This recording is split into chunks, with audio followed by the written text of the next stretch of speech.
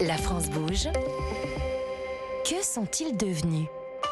Alors, on va sortir un petit peu un chouïa du cancer, mais c'est une maladie. On va parler ce soir de l'endométriose avec le fondateur et le président de Ziwig, Clara Léger, qui était venu... il y a tout pile un an, le 30 janvier 2023. Il y a exactement un an. C'est Yahya Elmir, c'est le fondateur, le président de Ziwig. Ziwig, c'est le premier test salivaire et biologique qui permet aux femmes de savoir si elles sont atteintes d'endométriose. Il permet de passer d'une errance médicale d'environ 10 ans, si ce n'est plus parfois, à un diagnostic fiable en seulement 10 jours.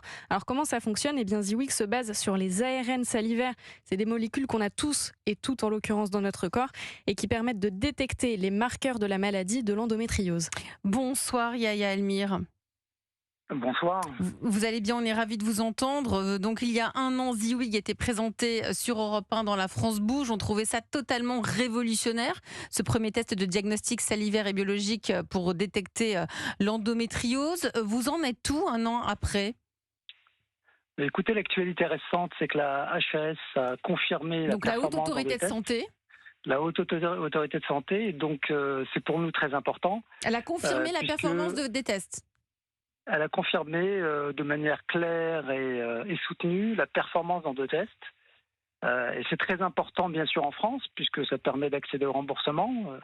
Et c'est très important à l'international, puisque la HAS est réputée à l'échelle mondiale pour sa rigueur et son exigence. Et c'est une confirmation qui vient après celle qu'on a eue des Reviewers du New England, qui est une revue mondialement réputée, et du prix Galien, qui est également un prix mondialement réputé. Donc c'est une confirmation que la technologie et la science utilisée sont valides et peuvent être utilisées pour d'autres innovations dans la santé de la femme. Voilà, encore une innovation française. Aujourd'hui, on va les trouver où, ces tests ? Alors aujourd'hui, ces tests sont déployés à l'international, en Europe, dans différents pays d'Europe. En Europe et en Middle East. Et en France, on attend... c'est plus long pour les autorisations de mise sur le marché. C'est plus long, il y a un processus administratif qui est relativement long. Mais on espère que toutes les patientes qui en ont besoin, qui sont aujourd'hui dans des errances diagnostiques atroces, longues, pourront en bénéficier et le plus rapidement possible. Donc, vous avez aussi recruté ?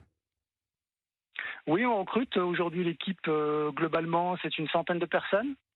C'est énorme, ça me paraît énorme, 100 personnes pour une jeune start-up. Oui, mais on est dans le domaine de la biotech, avec de la biologie moléculaire, de l'intelligence artificielle, avec aussi un déploiement international, avec aussi de la production.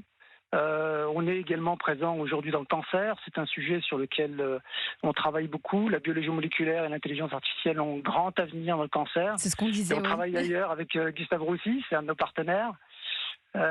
Donc il y a beaucoup à faire.